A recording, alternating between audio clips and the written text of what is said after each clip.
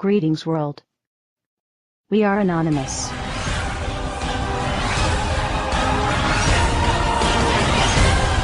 How is it that it seems no one remembers just a few short years ago?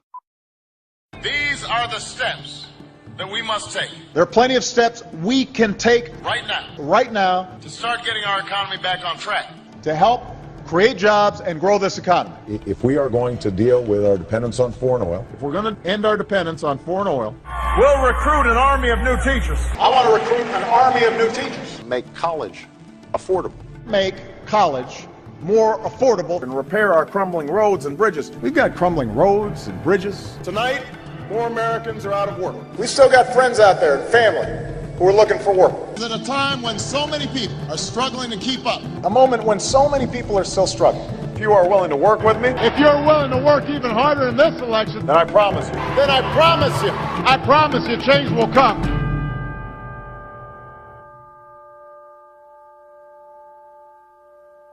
Shall we play a game? You see something, say something. Report suspicious activity to local authorities.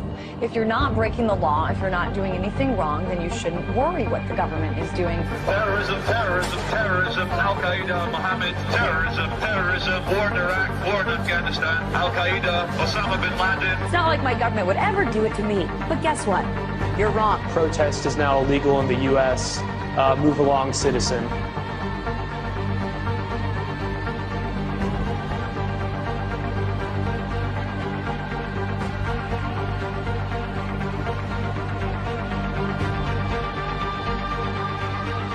And yet we just sit there and calmly feel and say, oh, they're making us safe. I don't even know whose side I'm on.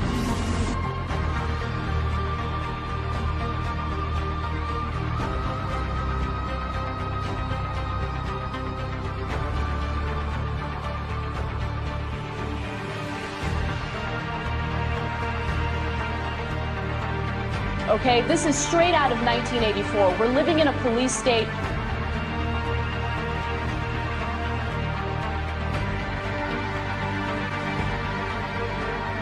I never had a choice of what happened to me.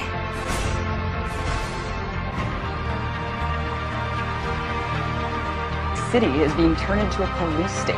Militarized riot gear, LRAD machines, and drones overhead.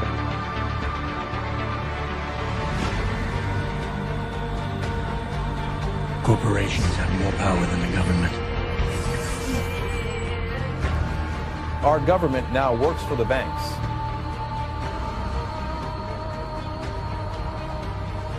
America, the greatest losses to our freedom have come not from someone attacking us, but from the government ignoring the Constitution and the majority letting them get away with it.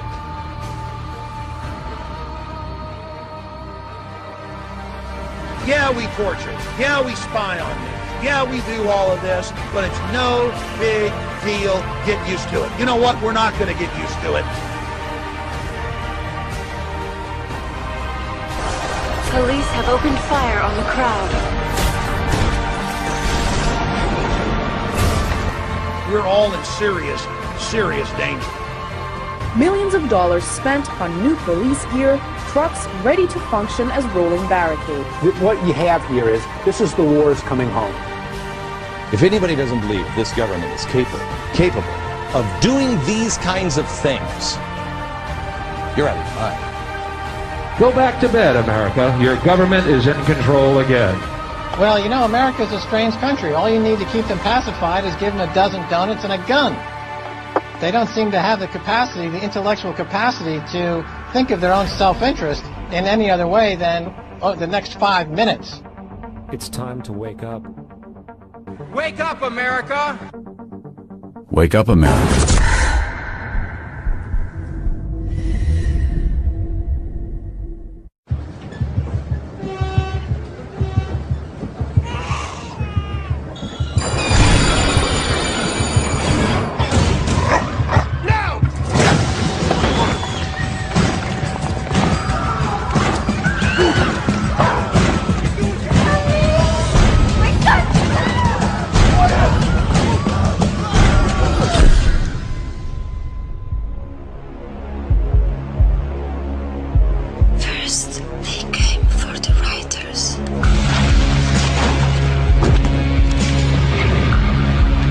I didn't speak up because I was not a writer.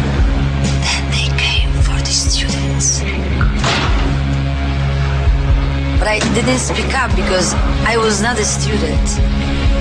Then they came for musicians. But I didn't speak up because I was not a musician.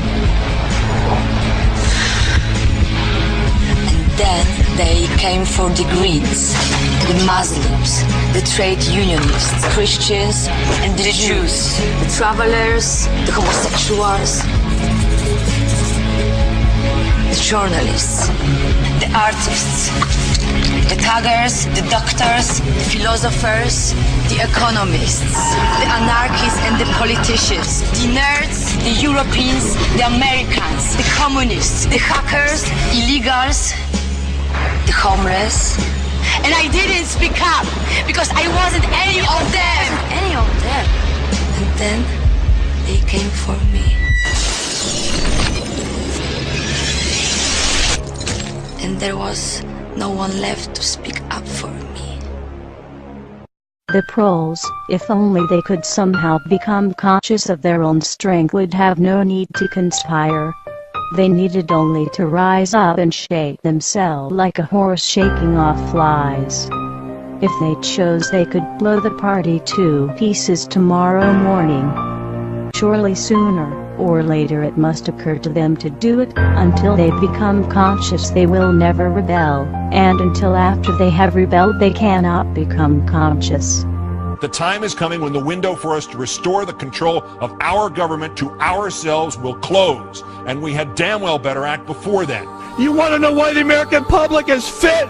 They're fit because they're not seeing their Congress do the work that they're sent to do. We need to demand more of our elected officials. Damn bills that come out here all the damn time. Come out here in the last second. And I gotta try to figure out how to vote for my people. Bathed in the excesses of power, they passed a bill that by their own admission, they hadn't read. This is PR politics. Unanimous consent that we bring up the bill to extend the tax cut for 160 million Americans. As you walk off the floor, Mr. Speaker, you're walking out. If you want to stand up on the floor of the Senate and defend the Wall Street banks like Bank of America and the credit card companies, be my guest. I would rather stand with the consumers and retailers who've been taken to the cleaners for years and years. Why aren't we questioning the underlying premise of the need for a bailout with taxpayers' money? Why aren't we passing new laws that stop the speculation which triggered this?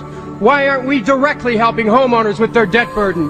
Why aren't we helping American families faced with bankruptcy? Why aren't we reducing debts for Main Street instead of Wall Street? Is this the United States Congress or the board of directors of Goldman Sachs? When I fuck up, who bails me out? No one. There is no one here to object. This is why the American people have thrown you out of power. You see, you're right. It is within your sole discretion to recognize a member. But you chose to exercise the power of the gavel, Madam Speaker. Therein lies the problem. If he's not here to pull off this political stunt, then we should just proceed and this bill should be withdrawn. It is the right thing to do by the American people to stop these tactics. Enough! And make no mistake about it, this is not about national security. But my point about this is a war without end. I'm afraid of giving up the right to trial by jury and hoping that someday they will declare an end to this war and they'll give back the right to trial by jury. Mr. Speaker, a nationwide revolt is developing over the body scanners at the airports, and it should.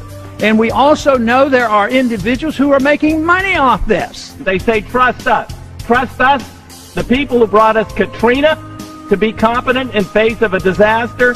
Trust us, the people who brought us warrantless wiretapping and other excesses eroding our civil liberties. Trust us.